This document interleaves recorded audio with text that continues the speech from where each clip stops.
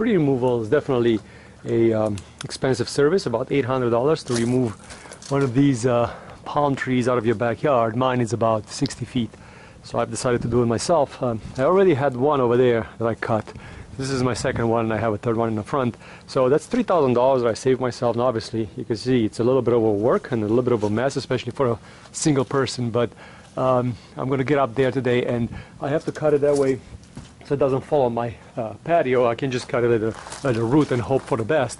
So I'll have to segment it and cut it in segments and just drop it so it doesn't fall anywhere on my house. I think I could get away with like 6-foot segments. So I'm going to go up there and just cut some pieces and make sure it comes on my side, not on my neighbor's side. So this is the mess that is left over after cleaning up and cutting the tree. I was able to cut it this far. So this was planted wrong when I bought the house. It was planted in this corner in some kind of like a dirt, but the bulb of the tree is actually in here. So this entire bulb thing, and the company that I called them and I told them, I said, hey, can you come and extract this thing out? They gave me a $1,000 quote initially, and then they said that they cannot bring their machine over here to bore this thing out. So it will stay over there. Most likely what I'm going to do is I made some cuts in it. I'm going to let it dry out because palms are very, very wet. So I'm going to let it dry out, and then I'm going to put some diesel in it and let it slowly burn, so make a torch out of it basically. I'm going to give it some breathing air from the bottom and then just let it burn like a fire here in the corner to get rid of it. That's how they remove the trunks in the forest.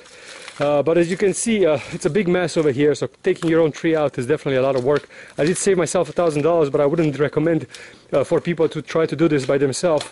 The main reason is I already threw away half of the tree, and this is another half of the tree left over. So I ran out of trash cans, I ran out of barrels, I ran out of everything.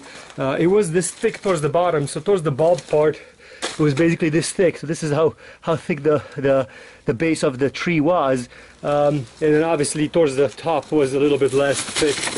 These are the wedges that I cut out before I dropped it, because I actually cut it in segments, so I couldn't cut it in one piece. I didn't want to fall on the house. I wouldn't recommend to do this by yourself unless you have plenty of time. In my case, I had plenty of time on my hands, so most of the cuts, believe it or not, I've done them with this little chainsaw. This is mine chainsaw, and this one worked really well. It's an electric 10-inch or 8-inch, and this worked really well, but definitely the 2-stroke was needed for the bigger cuts, because I could have not cut the base. The base was way too big for it, but everything worked out well. I'm very happy with the setup for now, and then I just have a little bit of more throwing out the crap from the side of the house, and obviously all the shit is going on over here. So